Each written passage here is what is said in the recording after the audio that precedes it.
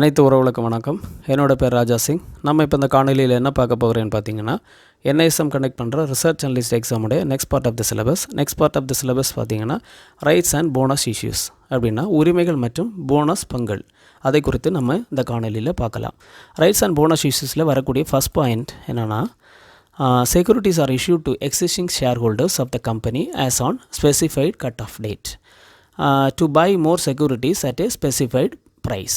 அதான் வந்து உரிமை பங்குகளில் வரக்கூடிய பாயிண்ட். அதாவது நிறுவனத்தின் தற்போதைய பங்குதாரர்களுக்கு ஒரு குறிப்பிட்ட கட் ஆஃப் டேட்டில் வந்து பார்த்திங்கன்னா பத்திரங்கள் வழங்கப்படுகின்றன.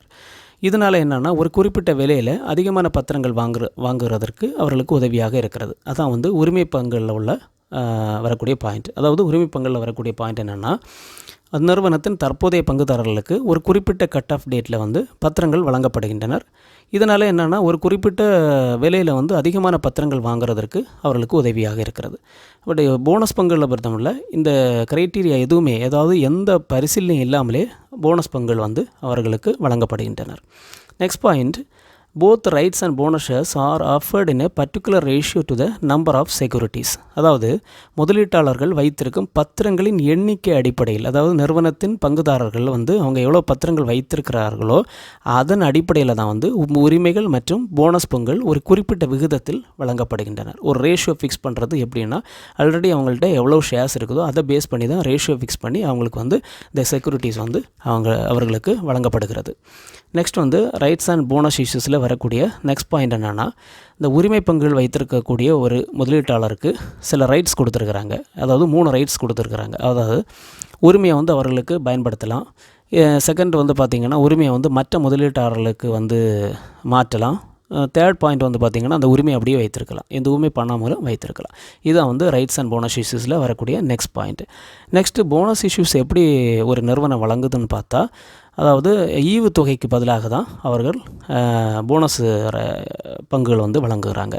ஸோ போனஸ் ஷேர்ஸ் வந்து எப்படி வழங்குகிறாங்கன்னா, நிறுவனத்துக்கு போதுமான வருமானம் இருந்தால்தான் இந்த போனஸ் இஷ்யூஸ் வந்து வழங்குகிறார்கள். இதான் வந்து ரைட்ஸ் அண்ட் போனஸ் இஷ்யூஸில் வரக்கூடிய நெக்ஸ்ட் பாயிண்ட். நெக்ஸ்ட் வந்து பார்த்திங்கன்னா, onshore and offshore offerings. Onshore and offshore offerings அப்படின்னா என்னென்னு பார்க்கலாம்.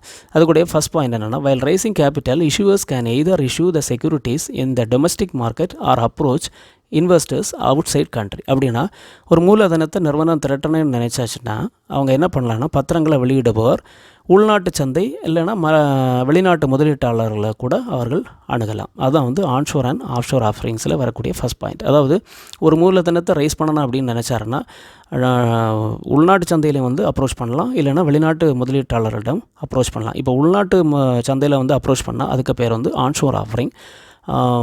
வெளிநாட்டு முதலீட்டாளர்களை வந்து அப்ரோச் பண்ணால் அதனுடைய பேர் வந்து ஆஃப்ஷோர் ஆஃபரிங். இவ்வளோ தான் இதில் வரக்கூடிய பாயிண்ட்ஸு. ஸோ பாருங்கள், பயன்பெறுங்கள். அடுத்த காணொலியில் உங்களை சந்திக்கும் வரை உங்களிடமிருந்து விடைபெறுகிறேன். நன்றி, வணக்கம்.